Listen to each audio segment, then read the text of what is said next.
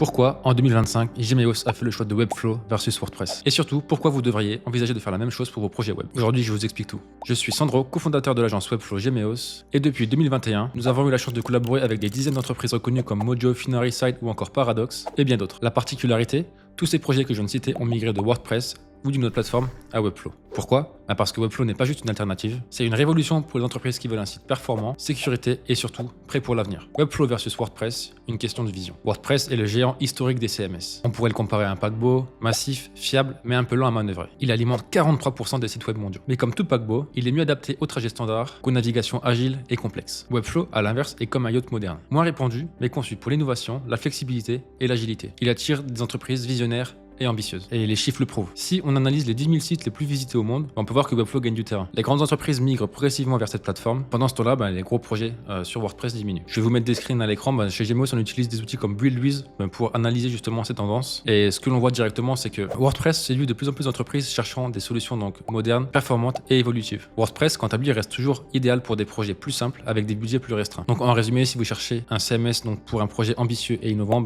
Webflow est clairement le choix des leaders. On va maintenant découper du coup la comparaison en fonction de différents points. On va commencer directement par le premier point qui est la simplicité versus la flexibilité. Et j'aime bien faire cette analogie. Donc dire que WordPress c'est un peu comme Android, une plateforme ultra flexible, bourrée de plugins, de thèmes et de possibilités un peu infinies. Mais cette liberté demande de savoir aussi gérer les risques. Paramétrage technique, surveillance des incompatibilités et une certaine rigueur pour éviter les soucis. Quant à lui, Webflow pour moi c'est un peu comme Apple, un écosystème intégré et optimisé. Pas besoin de jongler entre des milliers de solutions. Tout est fluide, sécurisé et pensé pour fonctionner ensemble. C'est un peu un écosystème. Avec Webflow, vous n'avez plus à vous soucier des plugins ou des mises à jour. Tout est déjà prévu. Sécurité, hébergement, SEO natif, optimisation multilingue. Vous gagnez en simplicité et en efficacité. Ensuite, côté prise en main et personnalisation. Pas vous le cacher, en effet, côté prise en main, Webflow va avoir un coût d'entrée un peu plus élevé. Il faut tout simplement voir Webflow comme un éditeur d'HTML, CSS visuel. Les possibilités sont donc infinies, mais cela demande donc des connaissances en code si vous partez d'un projet de zéro. Par contre, une fois le projet développé, donc si vous suivez les bonnes pratiques, donc en ajoutant un style guide et en créant un site sous la base de composants, il est super simple à prendre en main. De l'autre côté, donc côté WordPress, vous risquez d'être assez vite limité côté créa. Du moins sans avoir à injecter du code à gauche à droite. Pour moi, c'est vraiment un CMS optimisé pour l'utilisation de templates, mais vraiment pas pour faire du 100% sur mesure. Bon, on est tous d'accord par contre pour dire que WordPress est beaucoup plus facile de prise en main pour un moldu du code. Ça, je ne vous l'enlèverai pas. On passe tout de suite au point sur la sécurité et la maintenance. Côté sécurité, avec Webflow, tout est inclus. Pas besoin de vous soucier des failles liées à des plugins, donc obsolètes. Il y a une protection native contre les attaques DDoS. L'hébergement est sécurisé. Avec WordPress,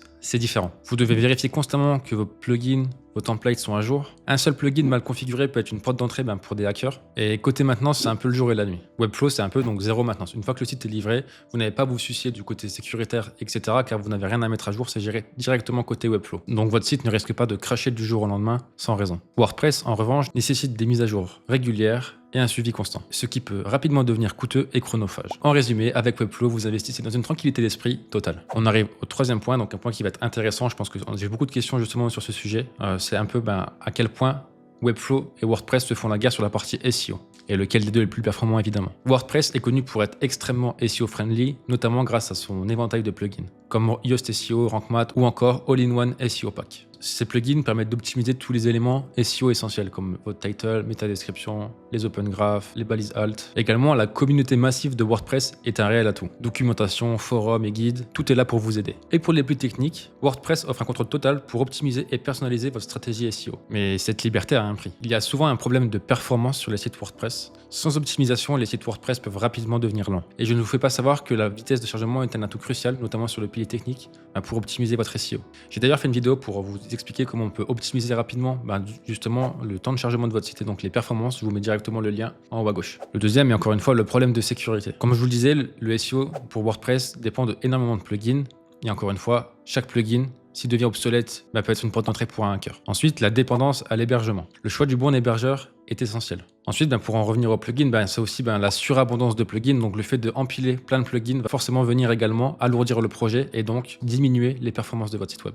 Et encore une fois, il faudra faire vraiment attention à choisir le bon plugin, le bon thème, parce que certains thèmes ne sont pas optimisés pour le SEO.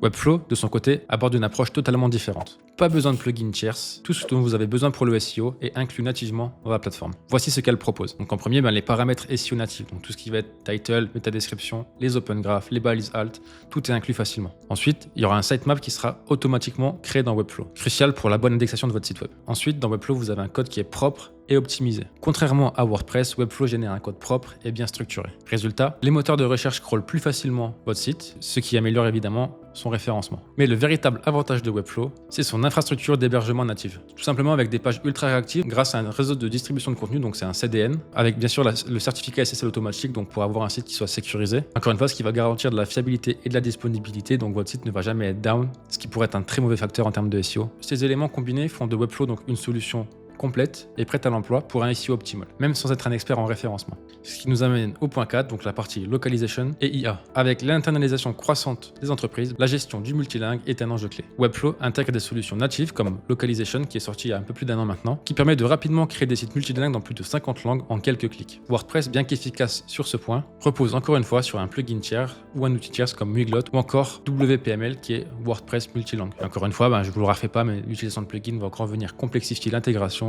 ajouter du code et donc venir ralentir votre projet, ce qui va avoir des répercussions négatives sur le SEO et sur l'expérience utilisateur. De plus, Webflow commence à innover et à intégrer des outils d'A/B testing et d'intelligence artificielle, vous permettant de garder une longueur d'avance sur vos concurrents. Ils ont récemment sorti Webflow Analyze et Webflow Optimize, des outils vous permettant de mener des A/B tests nativement dans Webflow et de mesurer directement nos répercussions, leur impact, donc si ça fonctionnait, pas fonctionnait, avec justement des data qui soient propres et saines. Ce qui nous amène directement au point 5, le sujet du prix, du coût en gros, du CMS. Oui, bien sûr, Webflow coûte plus cher à première vue. Mais réfléchissons. Avec WordPress, vous économisez sur l'hébergement, mais vous dépensez en sécurité et maintenance. Avec Webflow, tout est inclus dans un seul prix, donc hébergement, maintenance ou encore outils natifs. Sur le long terme, donc si vous regardez avec une vision long terme, Webflow est souvent beaucoup plus rentable, car il réduit vos coûts techniques et vous permet de vous concentrer sur votre croissance. Encore une fois, on parle de dizaines d'euros de différence par mois, donc c'est vraiment à la marge. Alors pour conclure, donc pourquoi Webflow versus WordPress? Tout simplement parce que 2025, Webflow est le choix des entreprises ambitieuses, qui veulent un site rapide, sécurisé, sur mesure, innovant et surtout prêt pour l'avenir. Chez Gemeos, nous avons fait ce choix pour nous et pour nos clients, et les résultats parlent d'eux-mêmes. Après avoir migré plus de 30 sites de WordPress vers Webflow, on peut vous dire que les résultats sont sans appel. Donc dites-moi ce que vous en pensez en commentaire et n'hésitez pas à poser vos questions. Évidemment, je pense qu'il y aura des pros WordPress qui seront un peu contre ce que je dis, donc n'hésitez pas à vous manifester dans les commentaires, je serai heureux de répondre à toutes vos questions et vos objections. Et si vous voulez en savoir plus sur ce que Gemeos réalise, donc les sites web que nous réalisons, je vous invite à directement consulter nos études de cas et nos ressources en cliquant dans le lien dans la description. Et bien sûr, abonnez-vous pour ne pas manquer nos prochaines vidéos. Je vous dis à la semaine prochaine et portez-vous bien. Salut!